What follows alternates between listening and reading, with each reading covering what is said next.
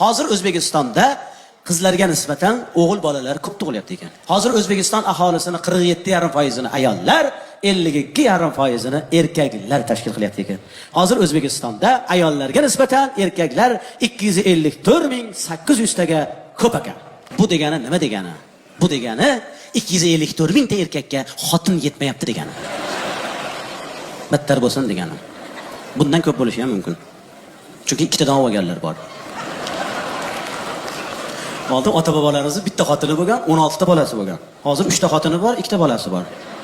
Buni ham bittasiga aliment to'lamay qochib yuribdi. Qizlar kamayib ketibdi. Meni dadam mahallani oqsoqoli.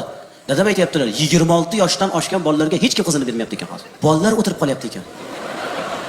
Ha, yigitlar ham o'tiradigan payt kelibdi-ku. Qizlar esa, qizlar. Shu yerdamisizlar? Davrlaring keldi qizlar. Endi shoshilmanglar, xo'pmi qizlar? Bemalol o'qishlarni bitirib, diplomlarni olib, o'zlaringdan 10 yosh kichkina dadasi o'tmagan bolalarga tegib olasizlar, xo'pmi? Endi qizlarimizning davri keldi.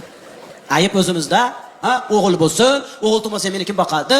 O'g'lim bo'lmasa ertaga bo'lmaydi. Bo'lmasa ajrashaman, boshqasiga uylanaman. Mana ahvol. Chunki yetmayapti qizlar. Oldin onalarimiz aytardi mana o'g'li borlar. Voy o'g'limga qiz qidirib kavushim yirtildi.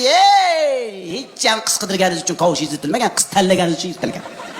Bo'yi uzun bo'lsin, chiroyli bo'lsin, qosh ko'zi qora bo'lsin, hamshira bo'lsin, o'qigan bo'lsin, pazanda bo'lsin. Ha, bitta qiz bolaga shuncha xislat kam emasmidi? Ana endi borini olasiz. Bersa olasiz. Qizi borlar. Shu yerdamisizlar? Bizning zamonimiz keldi. Endi unaqa oldingidaqa qudaligi, nima deydi, sovchilarni dasturxon solib bezatib kutib olish shart emas. Ikkita stakan bilan bitta bezga suv qo'yib qo'yinglar bo'ladi. O'zi tugun qilib kelsin kerak bo'lsa. Qizi borda, nozi bor degan maqol ana endi ishlaydi. Voy, oldin dasturxon solib, pista bodom qo'yib o'zi yemaganini. Qizini maqtab o'tirardi bechoralar. Qizim ostona xatlab ko'chaga chiqmagan. 10 ta gapirsangiz, bitta gapirib turjayib turadi. Instagram, Telegramga kirmaydi. Ostona xatlab ko'chaga chiqmaydi-ya. Endi shart emas. Onajonlar, mana qizim. Ko'chadan kirmaydi. Qo'lidan telefon tushmaydi. Bitta gapirsang, betingni yurib oladi mana ahvol. 11 gacha uxlaydi.